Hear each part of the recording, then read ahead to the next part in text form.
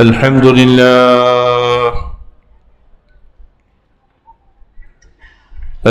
لله نحمده ونستعينه ونستغفره ونؤمن به ونتوكل عليه ونعوذ بالله من شرور أنفسنا ومن سيئات أعمالنا من يهده الله فلا مضل له ومن يضلله فلا هادي له ونشهد أن لا إله إلا الله وحده لا شريك له ونشهد أن سيدنا ومولانا محمدا عبده ورسوله أما بعد فأعوذ بالله من الشيطان الرجيم بسم الله الرحمن الرحيم يا أيها الذين آمنوا ادخلوا في السلم كافة ولا تتبعوا خطوات الشيطان إنه لكم عدو مبين صدق الله المولانا العظيم وصدق رسوله النبي الكريم ونحن على ذلك من الشاهدين والشاكرين والحمد لله رب العالمين محبت درش پڑھی اللهم صل على محمد وعلى آل محمد كما صليت على إبراهيم وعلى آل إبراهيم إنك حميد مجيد اللهم بارك على محمد وعلى آل محمد كما باركت على إبراهيم وعلى آل إبراهيم إنك حميد مجيد বন্দর থানা ওলামা পরিষদ কর্তৃক আয়োজিত ইসলামী মহাসম্মেলনের সম্মানিত সভাপতি প্রধান অতিথি আল্লামা নুরুল ইসলাম অলিপুরি সাহেব, হযরত উলামায়ে কেরাম, নেককার দিনদার মুসলমান ভাইয়েরা, সর্বপ্রথম আল্লাহ পাকের দরবারে কালেমাত শুকর আদায় করছি, যিনি দয়া করে মায়া করে ফিতনার জমানায় আমাদেরকে ঈমানটুকু দান করলেন। শুকর জানাই আলহামদুলিল্লাহ।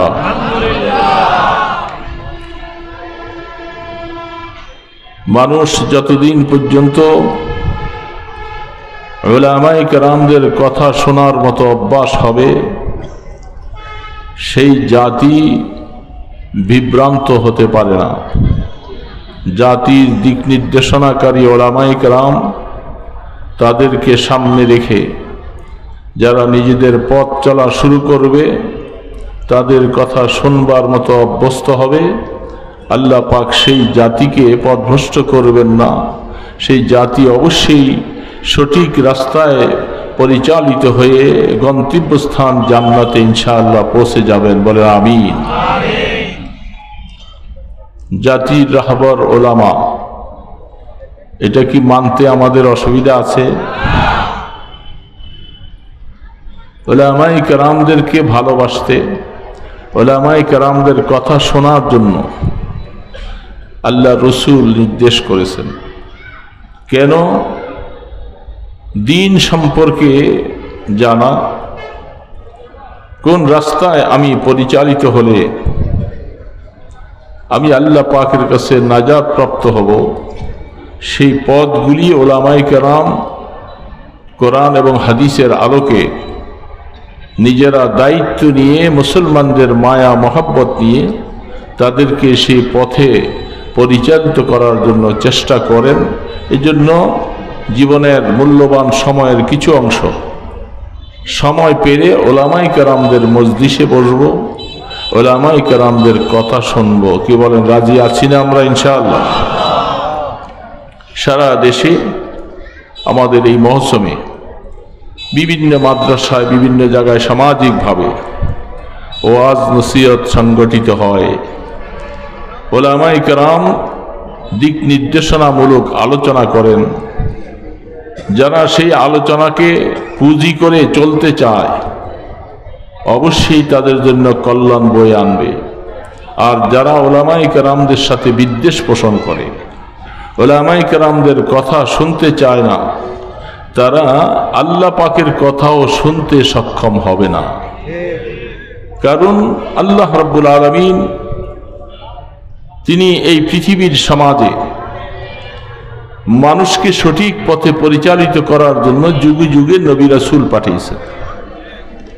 সর্বশেষ নবী আপনার আমার নবী আকায়ে নামদার তাজদারে মদিনা সরকারে দো আলম মাহবুবে খুদা ইমামুল আম্বিয়া খাতামুন নবিয়্যিন মুহাম্মদুর রাসূলুল্লাহ সাল্লাল্লাহু আলাইহি সাল্লামকে সর্বশেষ নবী হিসাবে এই উম্মতের দিশার হিসাবে পাঠিয়েছিলেন। তিনি সর্বজমানায় থাকবেন না। তিনি দুনিয়ার থেকে বিদায় নিয়ে মদিনায় রওজা আথারে আরাম করতেছেন। তিনি দুনিয়ার থেকে চলে যাওয়ার সময় তার এই দ্বীনের মশাল তিনি উলামায়ে কেরামের হাতে অর্পণ করেছেন।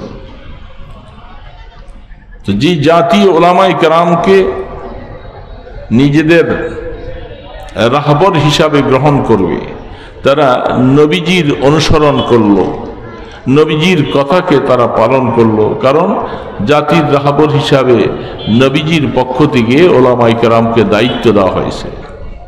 আর উলামায়ে কেরামের দায়িত্ব, সেই দায়িত্ব পাওয়ার পরে মুসলিম জাতির প্রতি মায়া নিয়ে, মহব্বত নিয়ে, ভালোবাসা নিয়ে তাদেরকে সঠিক রাস্তা দেখানো, সঠিক রাস্তায় তাদেরকে পরিচালিত করা, এটা উলামায়ে কেরামের নৈতিক দায়িত্ব। উলামায়ে কেরাম যদি সেই দায়িত্বে অবহেলা করে অবশ্যই তারা কিয়ামতের ময়দানে রাসূলের সামনে জবাব দিতে হবে। এই জন্যই উলামায়ে কেরাম হাজারো কষ্ট ব্যস্ততার মাঝে আপনাদেরকে সাথে নিয়ে এই ধরনের কিছু অনুষ্ঠানমালা উপহার দেওয়ার চেষ্টা করেন। অলিপুরি সাহেবের মতো মানুষকে এনে আপনাদের সামনে দ্বীনি কথা শোনাবার জন্য চেষ্টা করেন। এটা উলামায়ে কেরাম তাদের দায়িত্ব আদায় করতেছেন। এটা উলামায়ে কেরাম এর উপরে আপনাদের এহসান নয়, বরং উলামায়ে কেরামদের এহসান আপনাদের উপরে। কি বলেন? ঠিক না বেঠিক? আল্লাহু আকবার। আল্লাহ সুবহানাহু ওয়া তাআলা দুঃখ পরিতাপের বিষয়, আজ তো আমরা দেশের মধ্যে দীর্ঘদিন পর্যন্ত স্বাধীনভাবে ওয়াজ মাহফিলে অনেক সময় কথা বলতে পারিনি। কথা বলার আগে চিন্তা করা হয়েছে কি বলবো, কি দিক, কোন দিক থেকে নিষেধ চলে আসে, মাইকটা টেনে যাবে, নিয়ে যাবে, কণ্ঠনালী চেপে ধরবে, কোন দিক থেকে আবার মামলা হয়ে যায়, জেলে চলে যেতে হবে। এই বিভিন্ন রকমের ভয় ভীতির উপরেই আমাদের সময়টা কাটছে। কি বলে? ঠিক না বেঠিক? উলামায়ে কেরাম, তারপরেও উলামায়ে কেরাম হক বলতে পিছপা হয়নি, চেষ্টা করেছে বিভিন্ন আঙ্গিকে, ইশারায় হলেও কথাগুলি পৌঁছাবার জন্য। তারপরেও তারা অনেক সময় খুব কষ্ট দিয়েছে ওলামায়ে কেরাম। যে জাতি ওলামায়ে কেরামকে কষ্ট দেয় সেই জাতির উন্নতি হয় না, তারা অবনতির দিকে চলে যায়, তাদের পানিশমেন্ট আল্লাহর তরফ থেকে চলে আসে। কারণ ওলামায়ে কেরাম আল্লাহ পাকের প্রিয় ভাজন। ওলামায়ে কেরামকে আল্লাহ ভালোবাসেন, ওলামায়ে কেরাম আল্লাহকে বেশি ভালোবাসেন। এই কথাটা আমার নয়, আপনার নয়, আমাদের নবীজির নয়, দুনিয়ার কোনো মানুষের নয়। এই কথা সরাসরি রব্বুল আলামিন আল্লাহ পাক বলতেছেন, ইন্নামা ইয়াখশাল্লাহ মিন ইবাদিহিল উলামা। খাশিয়াতুল্লাহ, আল্লাহ পাকের ভয় ওই ব্যক্তি আদায় করবে, ওই ব্যক্তি অন্তরে জায়গা দিবে যার অন্তরে আল্লাহর মহব্বত আছে। যেই সন্তান তার মাকে মহব্বত করে, বাবাকে মহব্বত করে, সেই বাবার কথার একটু উল্টা হলে মাঝে মধ্যে ভয়ও করে, শাস্তি দেয় কিনা, আব্বা রাগ করে কিনা, মা আমার উপরে নারাজ হয়ে যায় কিনা, এই জন্য একটু ভয়ও থাকে। মা বাবার ব্যাপারে কিছু খাসিয়ত থাকে, কিন্তু মা বাবাকে মহব্বতও অনেক বেশি করে। ঠিক না ভাই? ঠিক। এই জন্য আল্লাহ রাব্বুল আলামিন বলেন ওলামায়ে কেরাম আল্লাহকে বেশি ভয় করেন, আল্লাহ পাককে বেশি ভালোবাসে। এই জন্য আল্লাহর সাথে ভয় আর ভালোবাসার সম্পর্কটা ওলামায়ে কেরামদের কাছে। এটার মূল কারণ হলো তারা কোরআন হাদিস পড়ে, বুঝে, যেহেতু আল্লাহ পাকের শাস্তি কত কঠিন এটা তারা সচক্ষে কোরআনের মধ্যে দেখে, হাদিসের মধ্যে দেখে, দেখে দেখে তারা ভয় ভীতির উপরে চলে। রাস্তা বহুত পিছিলি হয়, এই পিছিলি রাস্তার উপরে চলতে বহুত চিন্তা ভাবনা করে চলতে হবে। তাই ওলামায়ে কেরাম, আবার এই কথা আমি একবারে বলি না যে ওলামায়ে কেরামদের মধ্যে কুল্লা একেবারে পুরাপুরি সবাই 16 আনা সঠিক পথে আছে, সেটাও আমি বলি না। ওলামায়ে কেরামদের মধ্যে আবার পথভ্রষ্টতার রাস্তা বেছে নেওয়ার মতো অনেক ওলামা আছে না নাই? তাদেরকে ওলামায়ে সু বলা হয়। এরা ওলামা নামধারী, যারা বিভিন্ন মাজারে গিয়ে তাদের মাজারওয়ালাদেরকে উৎসাহিত করে, গান বাদ্যাওয়ালাদেরকে উৎসাহিত করে, ঢোল তবলা বাজাচ্ছে তাদেরকে উৎসাহিত করে, সেখানে ওয়াজ করে করে পকেট ভারী করে আসে। এরা ওলামা নয়, এরা ওলামা নামের কলঙ্ক। কয়েকদিন আগে আমাকে একজন পেজে দেখাইছেন, ফেসবুকের মধ্যে 21-এর চোখ, 21-এর টিভির পক্ষ থেকে একটা সংবাদ তারা প্রচার করেছেন পেজের মাধ্যমে, 21-এর চোখ। সেটা আপনারা কেউ দেখছেন কিনা আমি জানি না। আপনাদের মধ্যে এরকম কেউ আছে এখানে 21-এর চোখ এই ইয়ের মধ্যে, আমাদের পেজের মধ্যে কেউ দেখেন নাই? একজনও নাই এখানে। নাম পরে বলতেছি, আগে আপনারা 21-এর চোখ এটা দেখছেন কিনা? ওটার মধ্যে আমাদের নারায়ণগঞ্জের একজন প্রভাবশালী মাজারওয়ালা জীবন বৃত্তান্ত, সেখানে কিছু কীর্তিকলাপগুলি তুলে ধরেছেন। কত রকমের ভণ্ডামি যে সেখানে চলে এটা দেখে আমি অবাক হয়ে গেছি। এরা পীর, এরা মাজার পূজারী। সেইখানে আমাদের দেশে একজন বক্তা, সে গিয়াসউদ্দিন তাহিরি নামে, সেও সেখানে ওয়াজ করতে গেছে। সিরাজ শাহ সে নিজে তো ভণ্ডামি করেছে, তারপরে যা প্রতিষ্ঠা করে রেখে গেল। বাবা, আমি আপনাদেরকে বোঝার জন্য বলছি, এটা আমার কথা নয়, যেহেতু আমরা সেখানে যাইনি। যারা গিয়েছেন তারা এটা সংবাদটাকে এই দেশের মানুষের হাতে তুলে দিয়েছেন। তারা যে সংবাদটা তুলে দিয়েছেন, এই জন্য তাদের কাছে আমরা কৃতজ্ঞতা প্রকাশ করছি। কারণ মানুষ, ভালো মানুষেরা অনেকে সেখানে যায় না। সেখানে যায় মদদি, হিরোইনসি, জুয়ারি, গানেওয়ালা, নর্তকীরা, ভণ্ড পীর এবং কিছু ভণ্ড ওয়াইজিন। তারা সেখানে গিয়ে যা অবস্থা করেছে ওইটা দেখলে আপনি ঈমান হারা হয়ে যাবেন। আমার দেশে নারায়ণগঞ্জের বুকে এত অপকর্ম হচ্ছে যেটা মানুষ মুসলমান মেনে নিতে পারে না। সেখানে কোটি কোটি টাকার ছড়ানি চলছে। এরা মানুষকে এর মাধ্যমে হেদায়েতের দিকে ডাকছে। এটা কি হেদায়েতের দিকে ডাকছে না জাহান্নামের দিকে ডাকছে বলেন দেখি? আমার রসুল কি গান পছন্দ করতেন? আমার রসুল কি মহিলাদের নাচ পছন্দ করতেন? আমার রসুল কি এই হিরুঞ্চিওয়ালাদেরকে পছন্দ করতেন? তাহলে তারা উরুসের নামে এই কাজগুলি করে থাকে।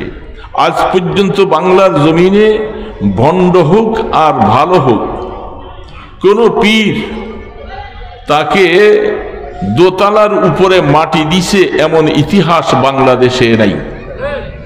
শুনছেন কেউ? তার কবরটা হলো বিল্ডিং করে চতুর্দিকে ছাদ দিয়ে, ছাদের উপরে কবর বানাইয়া সেইখানে মাটি দিয়া তাকে সেইখানে মাটি দিছে। বলেন,